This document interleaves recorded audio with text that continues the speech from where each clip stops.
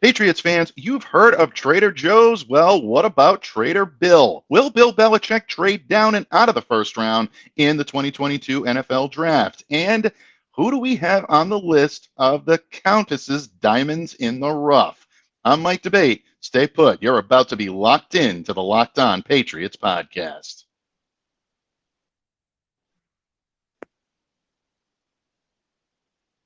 Are Locked On Patriots, your daily New England Patriots podcast, part of the Locked On Podcast Network, your team every day.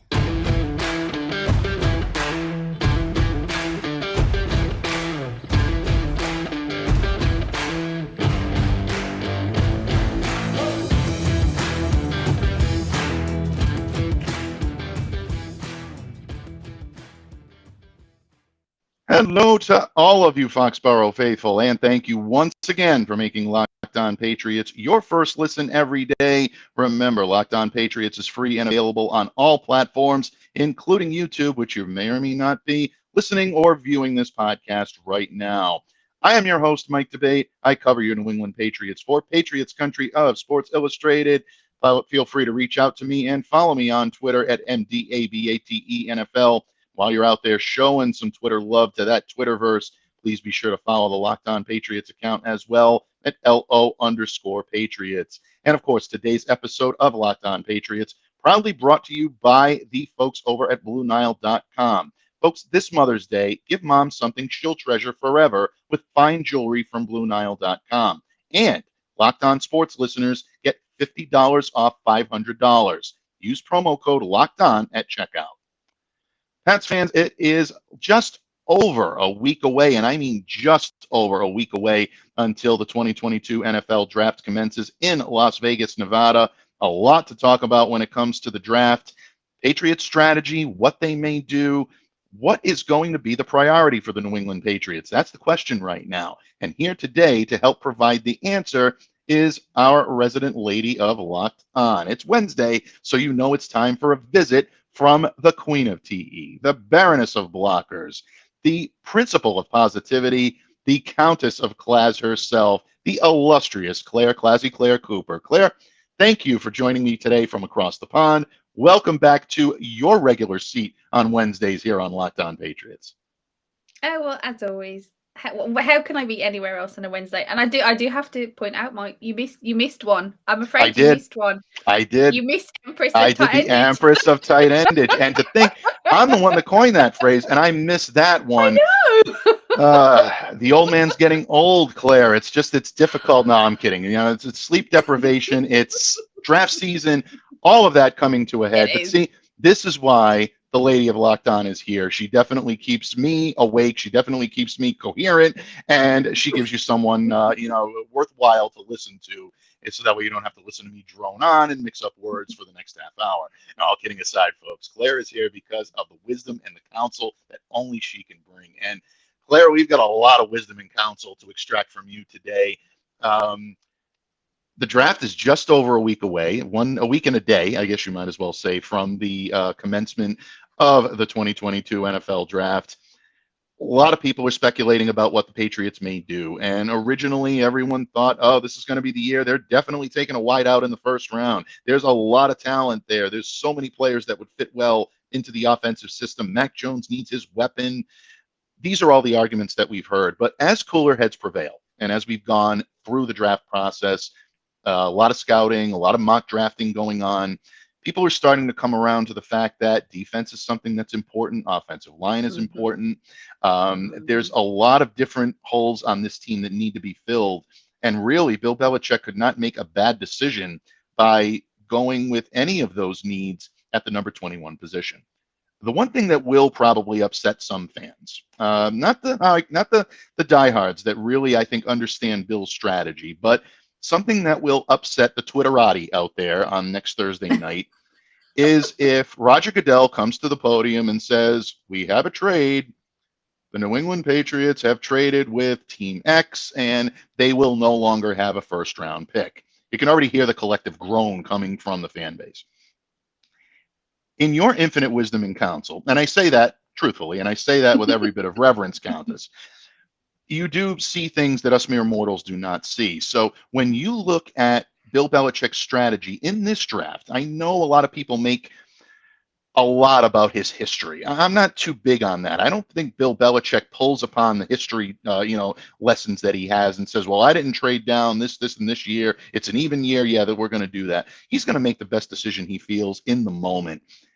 Do you think that there's enough talent in this draft to warrant his trading out of the first round? Or do you think that trading out of the first round is a bad move? What are your thoughts on this? Not really worrying about what Bill is going to do. What are your thoughts on this in terms of how Bill Belichick is going to approach the first round of the draft? Well, this is kind of the $1 million question this year, isn't it? It's been mentioned recently how the Patriots always trade down, but Tom Curran had wrote about how Belichick has traded out of the first round 4 times in his tenure. In 2000, Robert Kraft gave up his first round pick to acquire Belichick. And then in 2016, it was the whole, they were stripped of their draft choice for the whole Deflategate scandal, that kind of thing. So it isn't actually as common as perhaps people perceive it to be that they have traded out. The other point I've heard recently, and I'm pretty sure it was Mike Giardi that mentioned this, is how this year's draft is quite lower round talent heavy. And so finding a willing participant to trade out with is not really going to be quite the same as usual. And then you need to compound that with the fact that there's a weakness in the quarterback class this year, which is often sort of the driving force for the crazy trades. And, you've got teams wanting to stick where they are with the picks that they've got kind of in the first round. So maybe this is the year. Now, just bear with me on this one. But maybe this is the year that Bill Belichick trades his late round picks to get 3 picks in the first round, where he gets a top wide receiver, a top linebacker, and a cornerback. Can you imagine how utterly crazy Pats Nation would be? How much they would lose their minds in a good way if he did that? I mean, I'd love to see it, just for the sheer craziness of it. To quote Bill Murray from Ghostbusters, dogs and cats living together, mass hysteria. There you go. That's it. Now, I have no insider knowledge. This was just a random thing that I was kind of throwing out there, spitballing. It's silly, really. The chances of him doing that, obviously, quite ridiculous. But, we'd love to see it. Obviously, there are some great top players that I want the Patriots to get. And unless you're like Kansas City with a zillion picks, we can't kind of have all the shiny new toys that we want to have. And I mean, no one knows what they're really going to do. And it's probably not unfair to say that the Patriots don't know what they're going to do. Now, I'm sure that they have, various plans, but until the other teams make their selections, you can't know kind of who is available to pick up. I mean, the War Room big board is probably awash with kind of plans A to Z that you sort of, if the top round guy goes, then, then they know where they're going to move next, like flowcharts, that kind of thing. But as I said, this year may be a lower round pick quality year, and you can only trade if someone wants to trade. So even if Bill is sitting in his office right now thinking how he's going to trade out of the first round, he still doesn't know that he actually can unless he's already got a team ready to trade with. And I mean, to be fair, he might have. How would we even know about that? But those sorts of things seem highly unlikely at this stage. So, I mean, in all fairness, I think I'm hoping at this point that Bill just sticks at 21 and he just gets a top quality player at 21. I mean, who knows? I know there's a huge call for cornerback, and I've been on that bandwagon as well. There's some really good talent in this draft, and it just really is going to be subjective as to who drops. It could be that the guy that you thought was going to go at 5 or something, the top quarterback that you thought was going to go at 5, they're sitting there, and the Patriots are ready to be called up. Round 20, pick 20 is being done, and that guy's still there, and it's like, you can't plan for that. There's so many variables. There's 32 other teams kind of thing, that kind of thing. And well, there's 20, obviously, because there's 20 more picks, but you see my point. So right now, being able to sort of say what we kind of predict they do, that's impossible. What you think they might do, fair enough, everybody's got their opinion. I quite like the whole Bill's going to get loads of early round picks and trade up and get loads of like top players, and the whole world might just cave in all fairness. But still, I mean, yeah, I'm just hoping that they kind of stick at 21 and get themselves a top round player. And I think if he does that, the chaos and the mania will mostly subside, unless at 21 he takes himself a kicker or the punter, Matt Ariza. His name, Ariza, thank you. Then we'll have the hysteria of he took something. But as long as he takes kind of like somebody that they're looking to have, and in all fairness, the holes are quite numerous when it comes to the sort of roster and the needs. Sort of, I think as long as he picks at 21, I think we'll all be okay. But you know what? Nobody knows. Nobody does know. And the one thing I will say is I praise you for your positivity, Countess, because to think that the hysteria in New England will dissipate at all, regardless of what Bill Belichick does, unless he pulls off a trade to bring Tom Brady back from Tampa Bay. And, and I mean, there will even be people that'll criticize that. Believe me, there is going to be no shortage of hysteria with what Bill Belichick does. Look, the moves are going to be scrutinized. He's going to be put under a microscope. It's either going to be damn the torpedoes, full speed ahead, Bill we trust, that's it, or it's going to be the old man is wrong, he's lost his mind. It's just kind of going to be the way that things go. That's the natural ebb and flow of Patriots Nation. And really, I mean, there's nothing you can do to combat it. Every fan has the right to their opinion and the right to cheer or boo or feel good about or bad about any of the moves. When it comes to what we do for a living and trying to analyze what Bill Belichick will do and what he should do, I think you hit the nail right on the head. And I think Mike made a great point on One Patriots Place when you guys spoke with him. And even when you've spoken with him in the past on a Clare perspective, it's been such a journey through this draft class to determine that there's a lot of bottom heavy talent at this class. So naturally, like you said, you made a great point. It's going to be very difficult to find that trade up partner unless you're dealing with a team that doesn't have a first round pick, that desperately wants to get into the first round to fill a big position of need. Then you may see someone try to bite. And if the Patriots feel that it's to their advantage and they can get the players they need in the second, third, fourth rounds, they may entertain the idea. I mean, it's definitely not out of the realm of possibility, but at the same time, you have to be willing to go that extra mile. And the fact that this isn't a quarterback heavy draft, and you're not going to see the quarterbacks taking up 4 or 5 selections like you did last year, where the Patriots waited and got the quarterback they wanted all along at 15 and didn't have to move up. I think somebody predicted that last year. I can't remember where, but no, that's not important right now.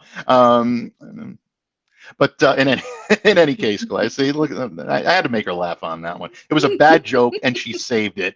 Once again, I thank you. I appreciate that. But I digress, folks.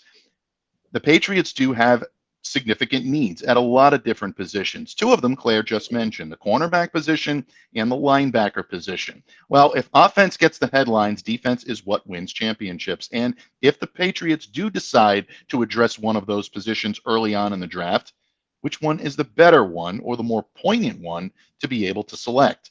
The Countess of Claz and I herself will discuss that in just a moment. But first, as the Countess of Claz, you can see, she likes the finer things in life, as she should. She is the Countess of Claz herself. You have to do that. Well, I have a special treat for you, Claire, and all of our great listeners out there, because our friends at BlueNile.com understand the importance of living life's special moments and celebrating them with fine jewelry. At BlueNile.com, you can celebrate all of life's special moments, from creating the custom engagement ring of her dreams to gifting a classic and timeless jewelry piece, all at prices you won't find at a traditional jeweler. Mother's Day is coming up, and whether she prefers a statement piece or an everyday subtle elegance piece, BlueNile.com has fine jewelry options for every mom. Shop high-quality classic diamond earrings, elegant tennis bracelets, or gemstone pendant necklaces.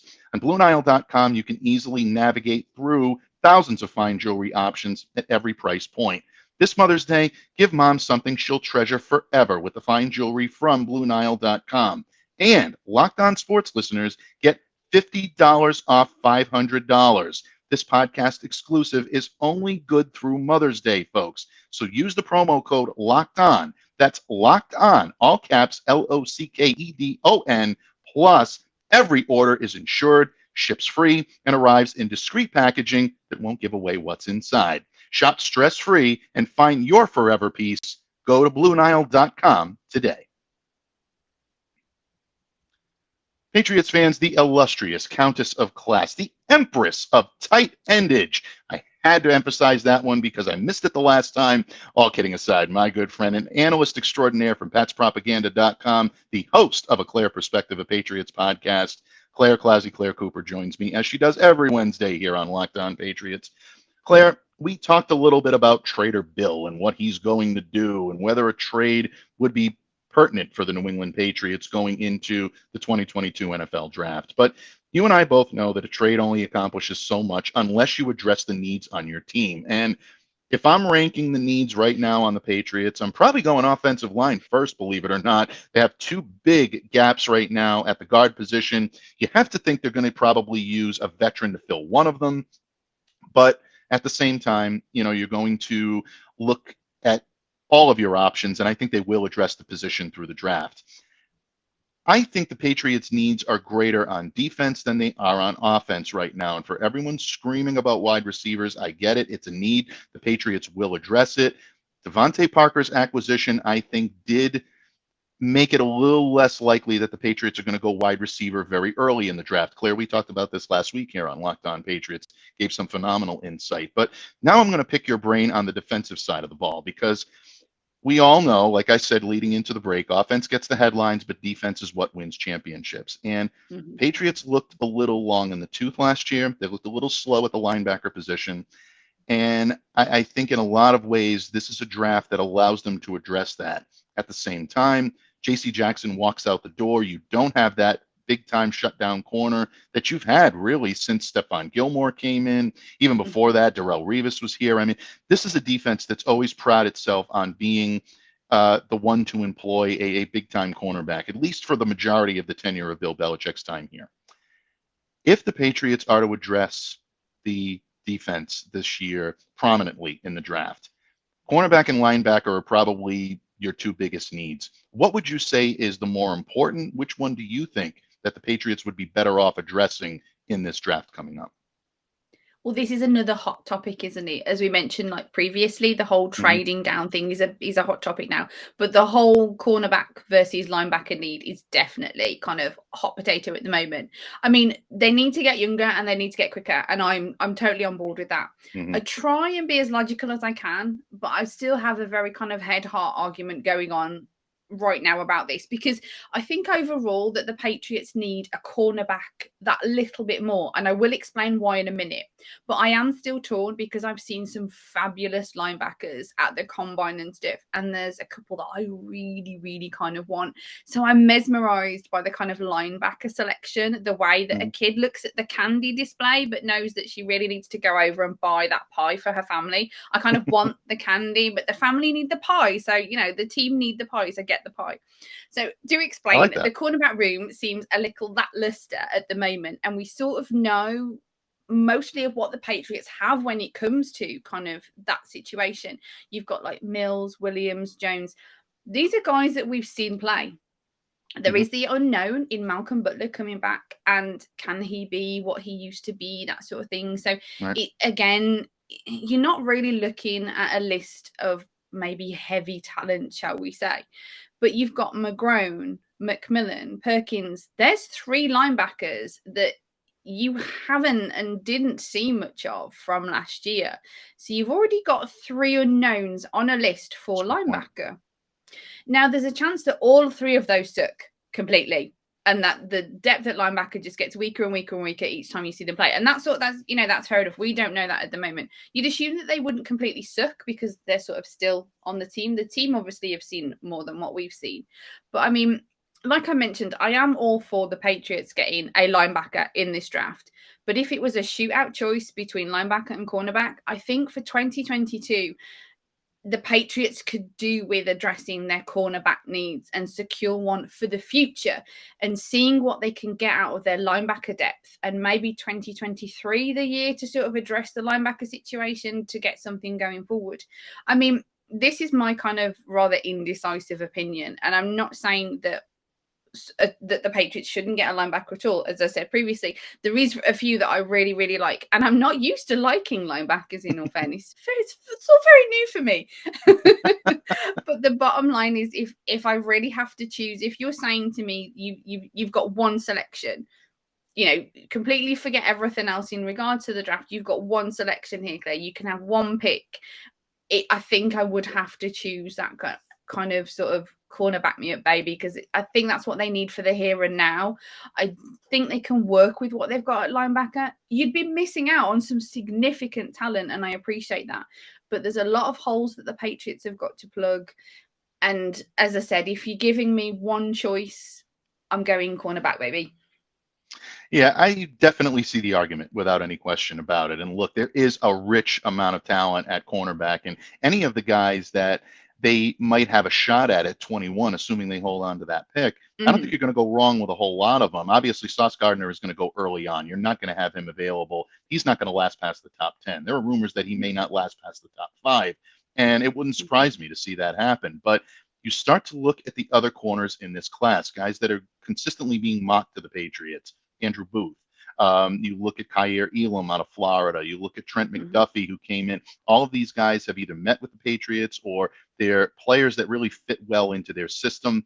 The more I watch Booth, the more I watch McDuffie, I really like these guys. I was very high on Elam right from the get-go, because I thought he provided that type of alpha mentality that you need to succeed at the position here in New England. But when you look at the versatility, especially of guys like McDuffie and really Andrew Booth, who's my favorite guy in this class at the cornerback position for the Pats, I think there's a chance that at least one of those guys is there at 21, and I don't think you can make a wrong choice there. So if the Patriots do go with a corner, there's a lot of argument that can be made that they've made the right choice. Here's why I'm still intrigued by linebacker. And the reason why I think I'm intrigued by linebacker is because two options in the middle of that defense can really help to transform the way the Patriots move forward, especially if you're going to move your defensive strategy toward a more robust defense against speedy offenses and trying to contain speedy quarterbacks. Two guys I absolutely love. One of them, no secret, I mocked him to the Patriots here on the Ultimate Mock Draft on the Locked On Podcast Network, is Nikobi Dean, linebacker out of Georgia. And I've talked about Nikobi several times. He just has that sideline to sideline ability to be able to get wherever he needs to be on the field, but also his ability to stuff the run is tremendous. But a guy that I'm coming very close to saying really kind of choice 1 and 1A would be Devin Lloyd out of Utah. I had a chance to really watch a great deal more film on Devin, over the course of the last couple of days working on some mock drafts for Sports Illustrated. It really gives you that option to see what this kid can do. And he actually plays with a little bit more of a downhill thumper type style, very similar to what Dante Hightower used to play at, and the type of process that he gives. That leadership in the middle of that defense is really, really strong. So I love the argument about the cornerback. I definitely don't disagree with you, but there is an argument to be made for linebacker as well. And honestly, I know it's going to sound like a cop-out, folks, but you know what? I think Claire and I are probably in agreement. Patriots really can't make a bad decision here. They've got holes that need to be made, that need to be filled. There are moves that need to be made on both ends. And if they can do that or come away with one of these guys, I think they're doing something special. So my penchant is to go for linebacker, but I'm actually going to agree with you, Claire. I think if they do make the move, I think the Patriots make the move for the cornerback simply for the reasons that you've made. They've got McGrone, they've got McMillan, they've got Perkins that they haven't really tried out. And even though Perkins is more of an outside guy, or at least they're trying to convert him to that, who knows? Maybe Cam McGrone, maybe Raekwon McMillan can help give this team that spark that they've been looking for. Don't forget Mac Wilson. They traded for him too. Speedy linebacker, a little bit undersized, but I think he can thrive in this system as well based on the type of game that he likes to play. That's the thing. There's just depth at linebacker. Sorry, there's just that little bit of extra depth at linebacker that they don't have at cornerback, which is what's swaying me. When you're talking about the linebackers, though, I really like Chad Muma. So I'm like, it's really difficult for me to say that they should go cornerback, because I'm so kind of like you said, go either way. So if they went, I don't think I'd be upset if they went linebacker.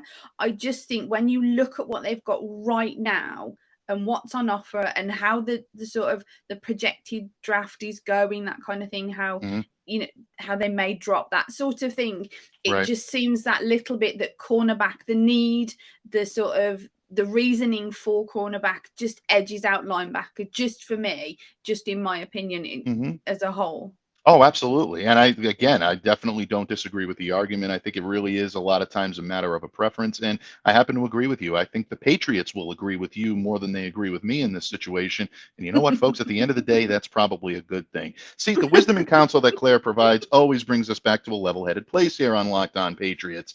But we're not quite done absorbing that wisdom and counsel just yet, because coming up, Claire is going to reveal her list of diamonds in the rough. That's right. The Countess of Claz has a list of diamonds in the rough. How perfect is that? You can see it on a t-shirt. Bottom line, folks, we're going to talk about some hidden gems in this draft that Claire has her sharp eye on, and maybe the rest of us should too. And we'll talk about that in just a moment. But first, it is that time of year where everybody's trying to get things in shape, whether it's your home, whether it's your automobile, whether it's yourself. You want to be sure to have the energy that you need to enjoy the weather and also to get yourself in shape for the upcoming spring and summer months. To do so, you want a sweet treat that's going to provide you with a lot of the protein that you need, but none of the excess calories and sugar. Well, the best thing that I can offer to you is the product that's put out by our good friends at Built.com. Built Bar is truly one of the best products out there, folks, when it comes to getting a little bit of that edge when it comes to protein, but also not sacrificing the great taste of your favorite candy bar. Built Bar does it, and they do it even better. Again, Claire doesn't know how they do it. I don't know how they do it, but they focus on the taste, and then they make a product that is incredibly good for you. Amazing, I know. But try it, and I guarantee you'll feel the same way. Amazing flavors, such as peanut butter brownie. I know I hawk that one a lot, folks, but I love it. My personal favorite, but you're not going to go wrong with any of Built Bar's great flavors. Mint brownie, cookies and cream, raspberry, chocolate, everything you can possibly imagine. They've got it and then some. So don't delay. Do it today. Visit Built.com and enter the promo code LOCK15 for 15% off your next order. Once again, folks, for the great sweet treat that has all the protein that you need, but none of the excess calories and sugar, visit Built.com today. Enter the promo code LOCK15 for 15% off your next order at Built.com. Patriots fans, the Countess of Claz herself has livened up the studios today, brought an incredible amount of class and panache to this podcast, which is not easy to do, folks. But she does it, and virtue always lies in the middle. We love having Claire here on a Wednesday because it evens out the other show like you can't imagine. Claire, it's always an honor to join you on the microphone, and today it's been no different. We've talked about Bill Belichick and the chance of trading out of the first round.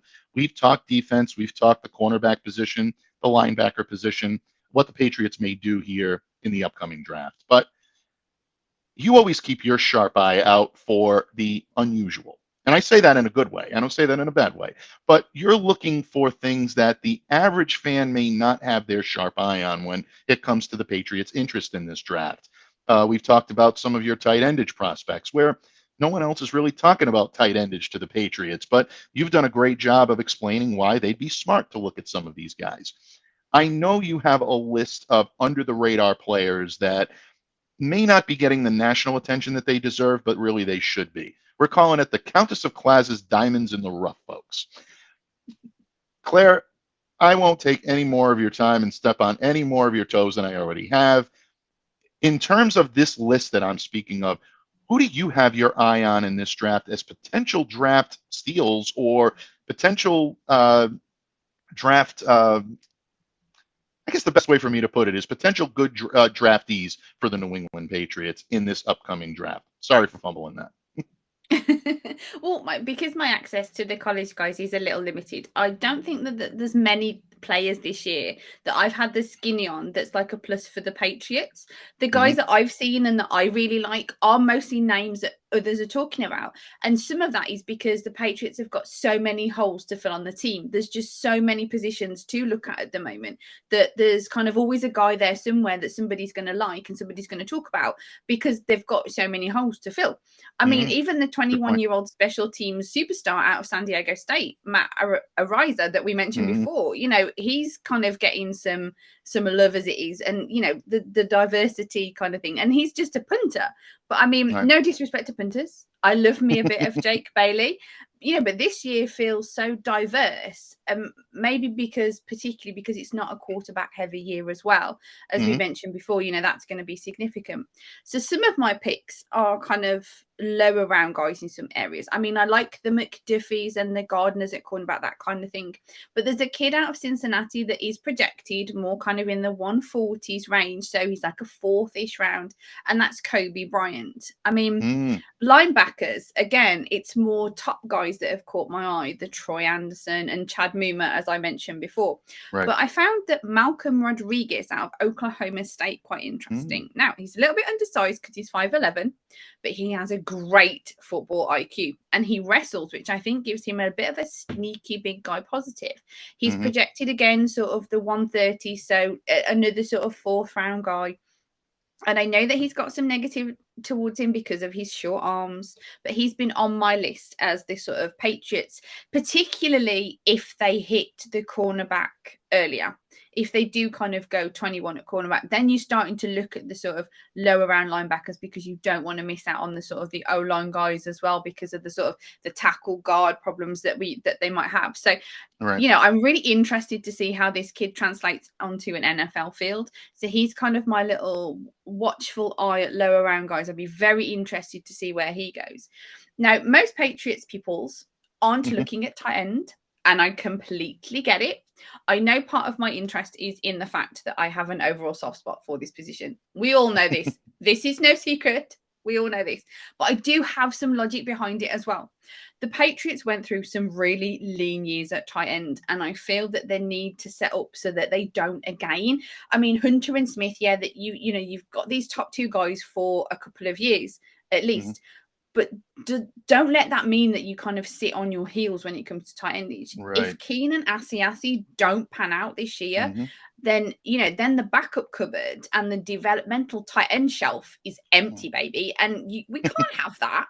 So the reason that I've been looking over the tight end is kind of more of like, I've been kind of looking more interested in the future investment. Now, I'm not saying mortgage the present for the future. They've got so many holes that they need to fill that significant talent in the kind of first rounds is what's necessary. So I'm talking more kind of later round, undrafted sort of guys. Get a kid that you can mold into a great tight end. Now, we all hear how it's a significantly difficult position. So their first year can be kind of written off. I mean, look at Smith. You know, he's not, but his first year kind of got written off in regards to that.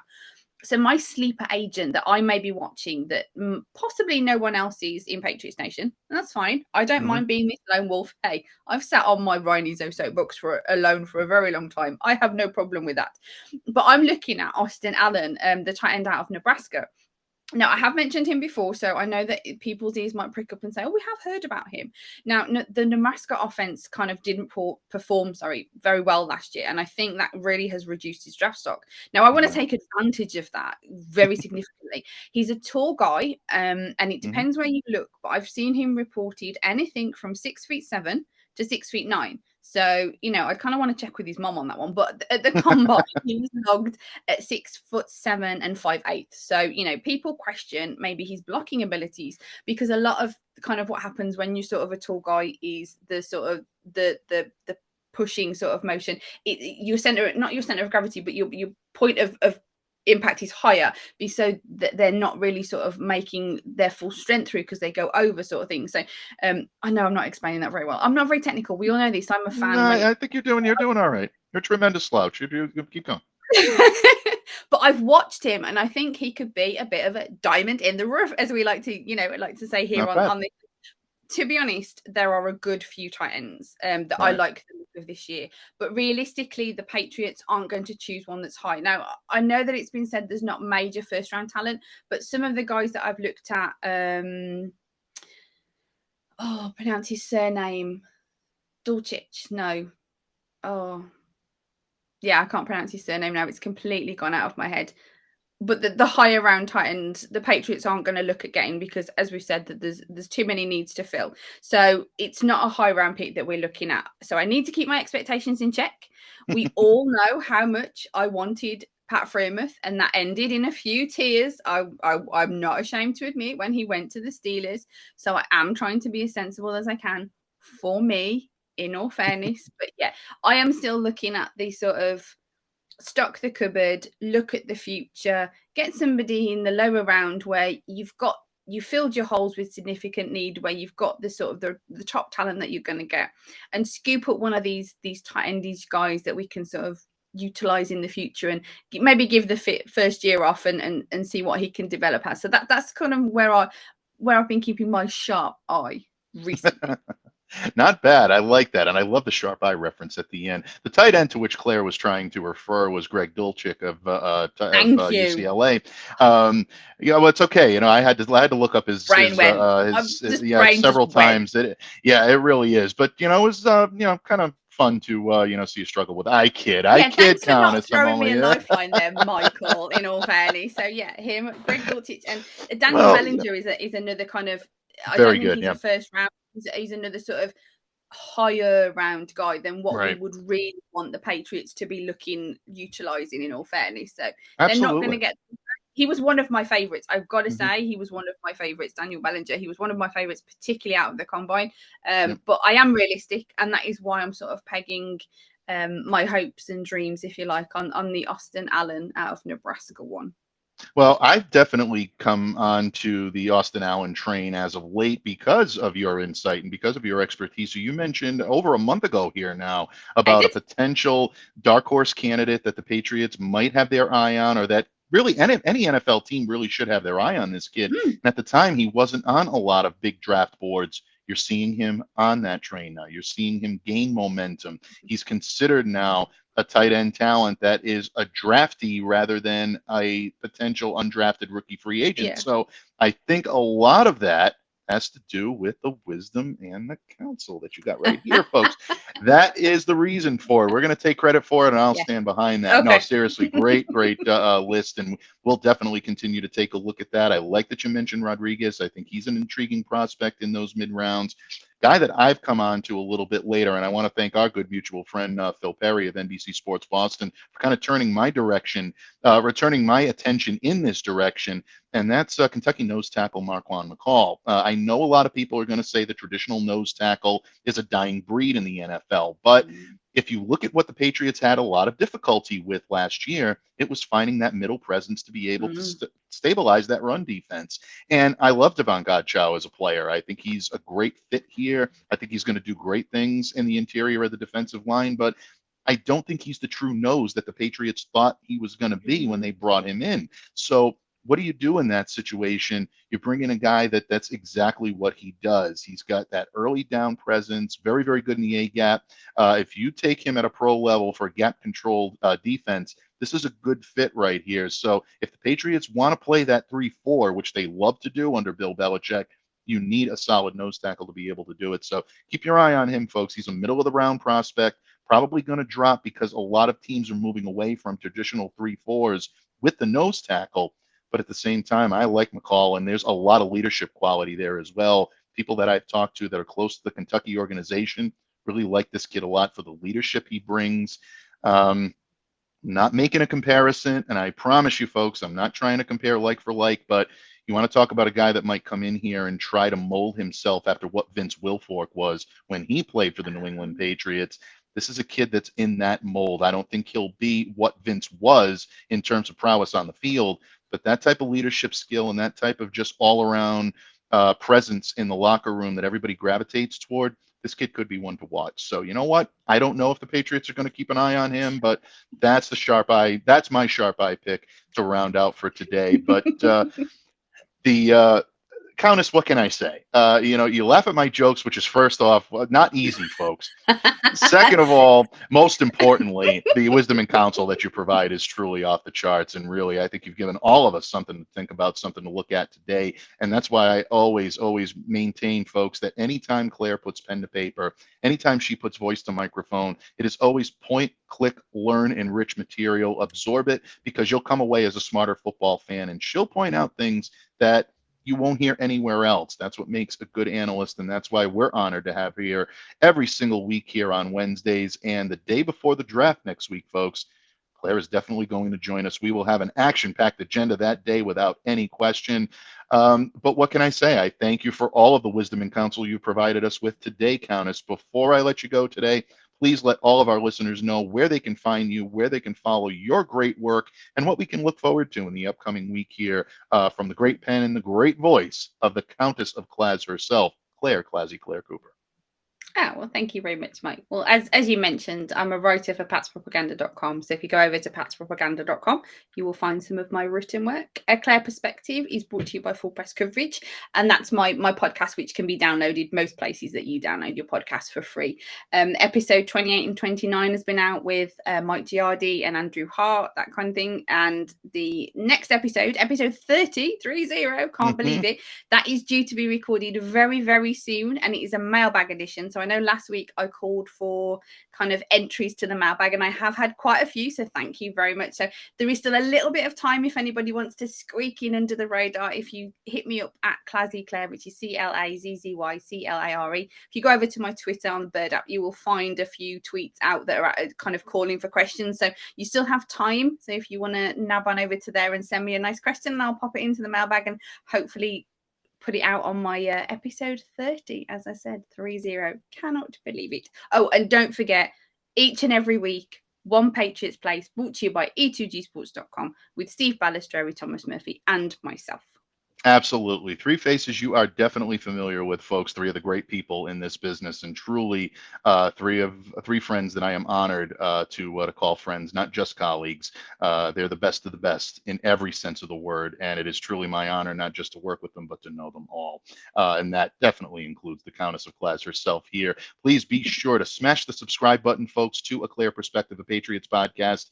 My favorite listen each and every time that Claire puts voice to microphone, and the guests that she welcomes, always a great listen. And definitely take advantage of trying to get in on that mailbag. I know we teased last week here on Locked On Patriots that the midweek mailbag may return with yours truly and the Empress of Tight Endage right here to answer your questions. So after the draft, we might be taking a look into bringing that back. But until the next time, folks, we are wrapping things up here on today's episode of the Locked On Patriots podcast.